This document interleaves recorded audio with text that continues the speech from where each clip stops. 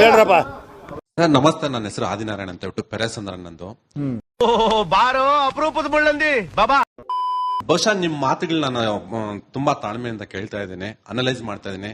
ನನ್ ಮೇಲೆ ಆಣೆ ಇಟ್ಟು ನನ್ ಮೇಲೆ ಆಣೆ ಇಟ್ಟು.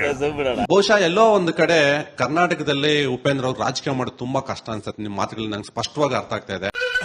ಹೆಂಗೆ ಏನು ಅಂತ ಗೊತ್ತಿಲ್ಲ ಕಳ್ಳ, ನಮ್ ತಾಯಿ ಸತ್ತೋಗುವೆ, ನಾನಿನ್ನು ಚಿಕ್ಕ ಹುಡುಗ.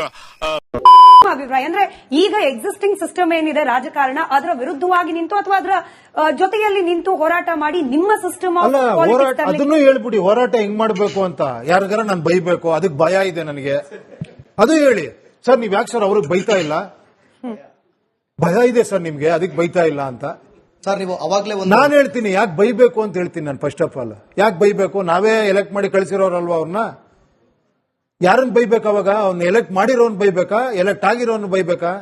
ನಿಮ್ಮನ್ನೇ ಕೇಳ್ತೀನಿ, ನಾನು ಏನ್ ಮಾಡ್ಬೇಕು ಹೇಳಿ? ಧೈರ್ಯ ಬಂದ್ಬಿಟ್ಟಿದೆ ಸರ್, ನಿಮ್ಮನ್ನ ನೋಡಿ ನಂಗೆ ಧೈರ್ಯ ಬಂದಿದೆ. ಏನ್ ಮಾಡ್ಬೇಕು ಹೇಳಿ ಸರ್? ಈಗ ಪಕ್ಷ ಕಟ್ಟಿದೀರಾ, ಪಕ್ಷ ನಮ್ ಚಿಕ್ಕಬಳ್ಳಾಪುರದಲ್ಲ ಪೆರೇಸಂದ್ರಲ್ಲಿ ಪ್ರಜಾಕೀಯ ಅಂದ್ರೆ ಏನಂತ ಕೇಳ್ತಾರೆ. ಬೆಂಗಳೂರಲ್ಲಿ ಓದಿರೋರು ಗೊತ್ತು, ಹಳ್ಳಿ ಕಡೆ ಹೋಗ್ಬಿಟ್ಟು ಪ್ರಜಾಕೀಯ ಅಂದ್ರೆ ಯಾರು ಅಂತ ಕೇಳ್ತಾರೆ. ಹಳ್ಳಿ ಕಡೆನೆ ಫಸ್ಟ್ ಗೆದ್ದಿರೋದು ಗೊತ್ತಾ ಇಲ್ಲಿ ಕೇಳಿ. ಫಸ್ಟ್ ಅರೆಹಳ್ಳಿ ಅನ್ನೋ ಕಡೆ ಚೇತನ್ ಕುಮಾರ್ ಅನ್ನೋರೊಬ್ರು ಆಯ್ಕೆ ಆದ್ರು. ಅದು ಗೊತ್ತಾ ನಿಮ್ಗೆ?